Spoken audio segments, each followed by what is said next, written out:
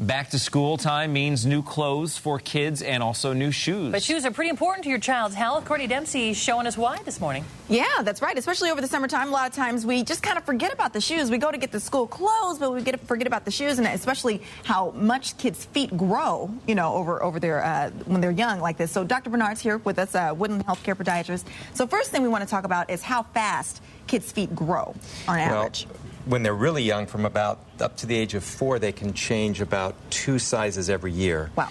But after that, they tend to go in spurts. So they might not change for a year, and then all of a sudden there's 2 sizes difference. And so girls will grow the most from about the ages of 8 to 13. Okay. Boys are a little bit later. They go from about 10 to 14. Okay. So they can just shoot up at any minute in those ages. And of course the types of shoes that you get for your kids to wear to school, because of course they're going to be at school all day, they run around a lot, especially when they're younger, and they've got a lot of different activities that they go through, so you don't want to just send them to school in flip-flops. No, and the floors in schools are really hard, dense concrete, so they're really hard on feet. And we have examples here of 4 kids, and they're all in different types of shoes, and some of them were very popular. Nicalia here has very popular girls' shoes, but they're not very good for back to school because there's not much substance to them. They look good, but you can have some problems in this type of a shoe.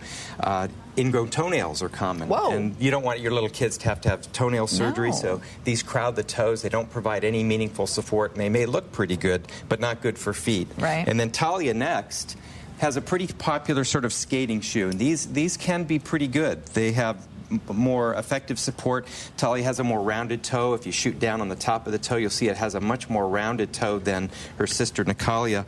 Reasonable support, and they're fairly stylish and popular. Okay, now let's talk about little feet here. Now Braden is a very good example of why you need really good shoes. If you look you can see how his foot tends to fall in here, especially on this side.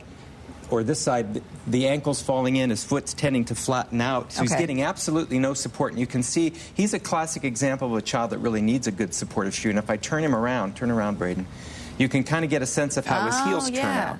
You can also see that those flip-flops aren't doing very much for him. And fortunately, schools don't usually let kids go to school in flip-flops, but kids they love them, and they can spend a lot of time in them. And just a few seconds left. Obviously, the tennis shoes, you know, a really good way to go.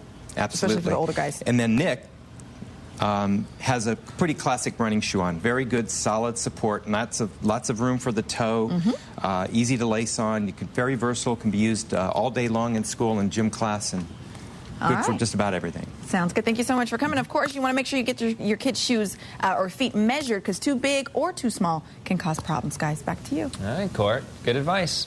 Well, the biggest